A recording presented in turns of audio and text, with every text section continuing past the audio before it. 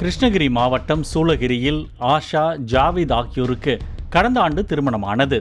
இருவரும் அப்பகுதியில் வசித்து வரும் நிலையில் ஆஷா தமது முதல் பிரசவத்திற்காக கிருஷ்ணகிரி அரசு மருத்துவமனையில் கடந்த மார்ச் மாதம் சேர்க்கப்பட்டார்.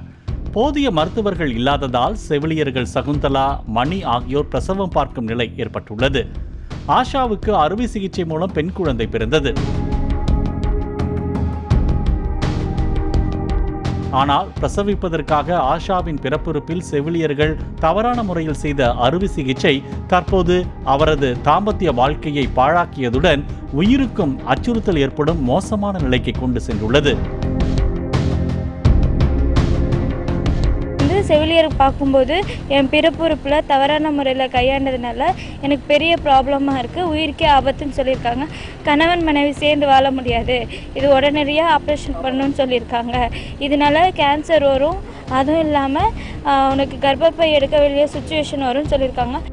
நாளுக்கு நாள் உடல்நிலை மோசமாகி வரும் நிலையில் சூளகிரி, கிருஷ்ணகிரி மற்றும் சேலம் அரசு மருத்துவமனைகளில் வெயிலில் அலைந்து திரியும் ஆஷாவிற்கு கடந்த 40 நாட்களாக வெறும் மாத்திரையும் மருத்துவர்களின் அலட்சியமான பதிலும் தான் கிடைத்ததாக கூறப்படுகிறது.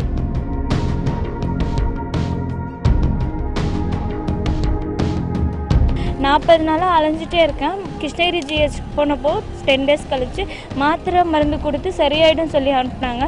மறுபடியும் 10 டேஸ் கழித்து போனப்போ அட்மிட் பண்ணி ஆப்ரேஷன் பண்ணுறேன் அப்படின்னு சொல்லிட்டு, இல்லை இப்போ முடியாது, நீங்கள் சேலம் ஜிஹெச்சுக்கு போங்க அப்படின்னு சொல்லி அனுப்பி விட்டாங்க.